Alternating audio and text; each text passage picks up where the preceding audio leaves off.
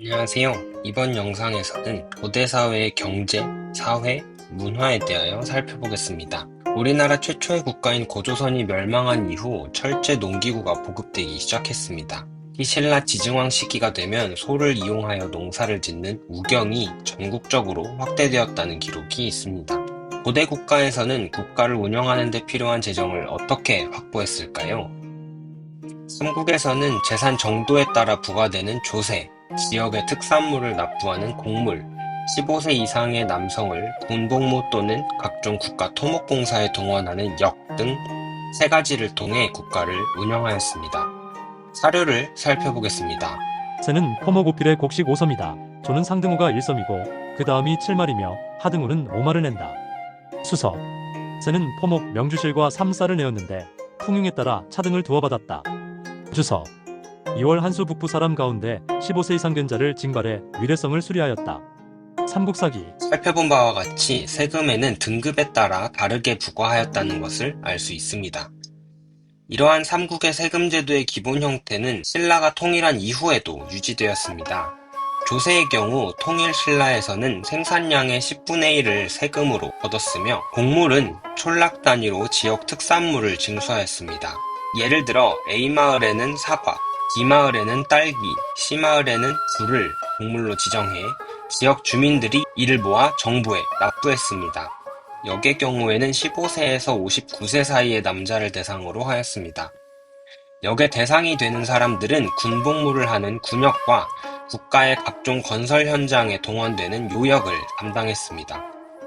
통일신라와 유사하게 발해 역시 조세, 곡물, 역을 통해 국가를 운영하였습니다. 다만 발해는 지리적인 특성상 조세를 부과하는 품목이 밭농사를 통해 얻게 되는 작물이었습니다.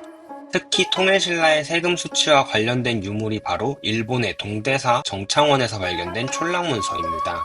촌락문서는 마을의 대표인 촌주가 3년에 한 번씩 조사하여 작성하였습니다. 발견된 문서에서는 청주 지방의 4개 촌락에 대한 내용이 담겨 있는데요. 촌주는 각 마을의 가족 수에 따라 9등급으로 나눴고 각 마을 주민들의 성별과 연령, 토지의 특징, 심지어 가축수와 종류별 나무수를 기록하기도 하였습니다. 귀족 관료들은 관직에 복무하는 대가로 노급을 받았으며 공신의 경우에는 시급을 보상으로 받았습니다. 이들은 보상으로 받은 토지에서 생산되는 것을 거둘 수 있는 수조권과 함께 해당 지역 주민들에 대한 노동력을 징발할 수도 있었습니다. 하지만 이러한 노동력까지 징발하는 권한은 귀족들의 권력을 강화시키는 수단으로 활용될 수 있었습니다.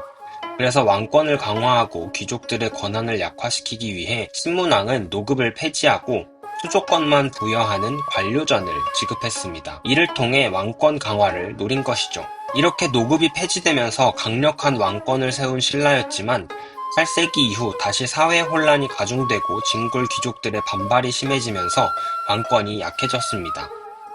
결국 경덕왕 시기가 되면 노급이 다시 부활하게 되었습니다. 고대 사회는 철제 농기구의 보급으로 농업 생산량이 이전보다 증가했지만 현실적으로 생산량이 모든 농민들이 1년 동안 먹을 양이 준비되는 것은 아니었습니다. 특히 흉년이거나 봄이 되면 곡식이 없어 생활이 어려워진 농민들이 증가했습니다. 고구려에서는 이를 해결하기 위해 진대법이라고 하는 제도를 시행했는데요. 사료에서는 진대법이 시행되게 된 배경을 이렇게 설명합니다. 하루는 고국천왕이 나라 안을 살펴보고 있었습니다. 그리고 가난하여 끼니를 때우지 못해 울고 있는 사람을 보게 됩니다.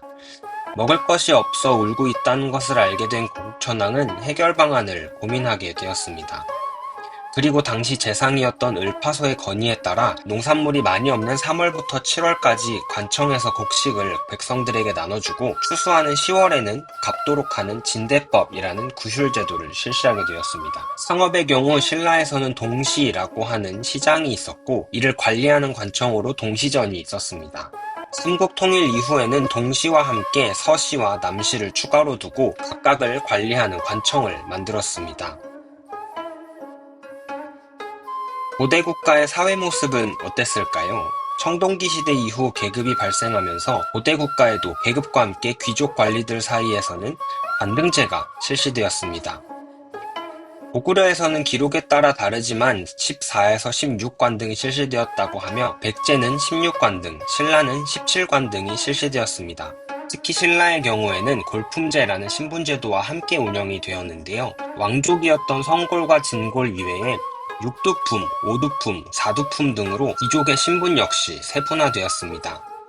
신라에서는 이러한 신분에 의해 오를 수 있는 관직의 상한선이 정해졌으며 심지어 신분에 따라 거주할 수 있는 방의 크기와 장식물 종류, 보유할 수 있는 말의 수 등을 엄격하게 구분하였습니다. 이러한 골품제의 문제는 결국 신라 말 진골 귀족 간의 갈등 심화와 함께 사회 문제로 나타났습니다. 그 중에서도 육두품의 불만이 매우 컸는데요. 실력은 있으나 고위 관직에 오르지 못하였던 육두품들은 신라 사회를 부정하여 당나라로 떠나거나 사회를 등지고 산속에 들어가서 살기도 하였습니다. 특히 신라 말 호족들이 등장하는 과정에서 이들은 각 호족들을 도와 신라를 공격하기도 하였습니다. 통일신라 말에는 중앙정부의 지방 통제력이 약화됐고 혼란스러워지면서 전국 각지에서 농민 봉기가 일어났습니다. 사벌에서 원종과 애노의 난이 일어난 것을 시작으로 북원을 기반으로 한 양길이 농민들을 모아 지금의 강원도 지역에서 시작해 서쪽의 송악을 비롯한 황해도 지역 호족들까지 투항하게 만들며 세력을 확장하기도 하였습니다. 서남부 지역에서는 빨간 바지를 입고 공기를 일으킨 농민 집단인 적고적의 난이 일어나 신라 사회 혼란이 더욱 심화되었습니다. 이렇게 각 지역에서 힘을 키우는 사람들이 등장하면서 이들은 자신을 성주 또는 장군이라고 부르며 독자적으로 활동하기 시작했습니다. 이들을 호족이라고 합니다. 지금의 강릉 지역인 명주에서는 김순식이, 사벌에서는 아자개가, 개경에서는 왕건 집안이 호족으로 성장했습니다. 그 중에서도 견원은 지금의 전주 지역인 완산주에서 후백제를 건국하였으며 양길에 부하였던 궁예도 양길과의 패권 다툼에서 승리하고 왕건 세력을 포섭한 뒤 철원 지역에서 후고구려를 세웠습니다. 한반도의 국가들은 농경을 바탕으로 하는 경우가 많았기에 하늘을 최고의 신으로 두고 제사를 지냈습니다. 부여의 제천행사인 영고, 사만의 계절제 등이 대표적입니다. 이와 함께 고구려, 백제, 신라, 가야는 각각 자신의 시조를 하늘에서 내려온 존재로 서술하며 왕실을 신성시하는 모습을 보였습니다. 고대 국가의 문화를 유학, 불교, 도교, 풍수지리의 측면에서 한번 살펴보겠습니다. 먼저 삼국은 유학을 왕권 강화의 수단으로 활용하였습니다. 고구려와 백제에서는 태학이라는 유교 교육기관을 설립하였고 특히 백제에서는 오경 박사를 두어 유교 경전을 가르치도록 하였습니다. 신라에서도 학생들이 유교 교육을 받았다는 것을 임신서기석을 통해 확인할 수 있는데요. 임신서기석의 내용은 잠시 뒤에 살펴보겠습니다. 통일 이후 신문왕은 국학이라는 교육기관을 두어 유학을 왕권 강화의 수단으로 활용하였습니다. 이후 원성왕은 국학에서 교육받은 사람들을 대상으로 독서산품과라는 유교 경전을 시험하고 이를 바탕으로 관리를 선발하였습니다. 발해에서도 유학교육기관으로 주자감이 설치되었습니다. 임신서기석은 신라시대 두 청년의 다짐이 담긴 비석입니다. 지금으로 생각하면 학생들끼리 개인적인 다짐을 적은 것이라고 할 수 있는데요. 그 내용을 한번 살펴보겠습니다. 임신년 6월 16일에 두 사람이 함께 맹세하여 기록한다. 하늘 앞에 맹세하기를 지금으로부터 3년 이후에 충실한 도를 지키고 과실이 없기를 맹세한다. 만약 이 맹세를 이루면 하늘에게 큰 죄를 얻을 것을 맹세한다. 만약 나라가 편안하지 않고 세상이 크게 어지러워지면 가히 행하는 것을 용납함을 맹세한다. 또한 따로 이전 신민년 7월 22일에 크게 맹세하였다. 시경, 상서, 예기, 춘추전 등을 차례로 3년 동안 얻기를 맹세하였다. 이처럼 신라에서도 유학교육이 중요하게 인식되었음을 확인할 수 있습니다. 불교는 삼국시대의 한반도로 전해졌습니다. 고구려는 소수림왕 시기에 중국의 전진으로부터 수용하였으며 백제는 신유왕 시기에 동진으로부터 불교를 수용하게 되었습니다. 이후 백제는 불교를 일본에 전해주었습니다. 한편 신라는 고구려로부터 불교를 받아들이게 됩니다. 하지만 신라에서는 불교를 외래 종교로 인식하여 공인하지 않았습니다. 그러다 법흥왕 때가 되어서야 2차돈의 순교를 계기로 공식 종교로 인정하기 시작했습니다. 불교는 왕과 귀족의 권력을 정당화하는 데 활용되었습니다. 왕이 곧 부처라는 왕즉불 사상과 전생에 따라 현생이 정해진다는 업설은 귀족을 정당화하는 데 중요한 역할을 하였습니다. 이와 함께 한반도의 불교는 잦은 전쟁으로 인해 국가를 보호하고 번영을 기원하는 호국불교의 성격을 띠게 되었습니다. 통일 이후에는 불교의 교리가 발전하게 되었습니다.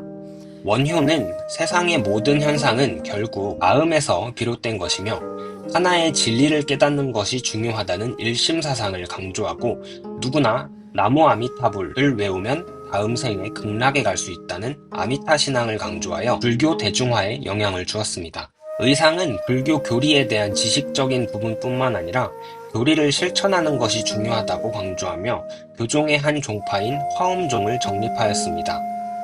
이외에도 원측은 당나라의 불교 발전에 영향을 주었으며 태초는 직접 인도를 순례하며 경험한 내용을 담아 왕호 천축국전이라는 여행기를 남겼습니다. 한편 통일신라에서는 왕실과 귀족의 후원을 받아 불교의 경전과 교리 내용을 중요시하는 교종이 발달하였습니다. 하지만 신라 말이 되면 호족의 지원을 받아 참선과 개인의 깨달음을 강조하는 선종이 함께 유행하게 됩니다. 불로장생과 이 세상의 행복을 추구하는 도교 역시 삼국시대 중국에서 유입되어 왕실과 귀족을 중심으로 유행하였습니다. 고구려의 강서대묘에는 무덤 내부 벽면에 동쪽에는 청룡, 북쪽에는 현무, 남쪽 입구 양옆에는 주작, 서쪽에는 백호 등의 도교의 방위신이 그려져 있으며 백제는 도교의 신선이 생활하는 모습을 담은 산수무늬 벽돌과 금동대왕로를 제작하였습니다. 신라 말에는 자연 환경이 인간 생활에 영향을 준다는 풍수지리설이 유행하였습니다. 특히 풍수지리설은 호족들이 자신의 근거지를 정당화하는 데 활용되었습니다. 고대 유물을 한번 살펴볼까요?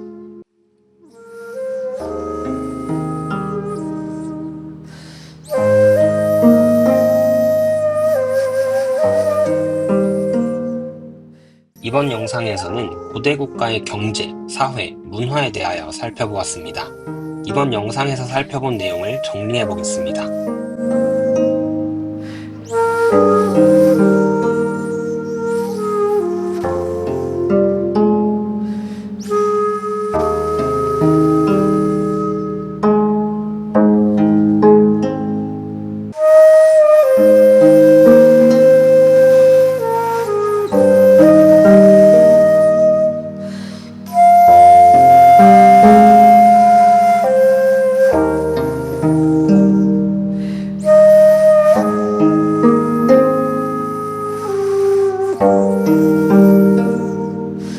영상을 시청해 주셔서 감사합니다. 다음 영상에서 만나요.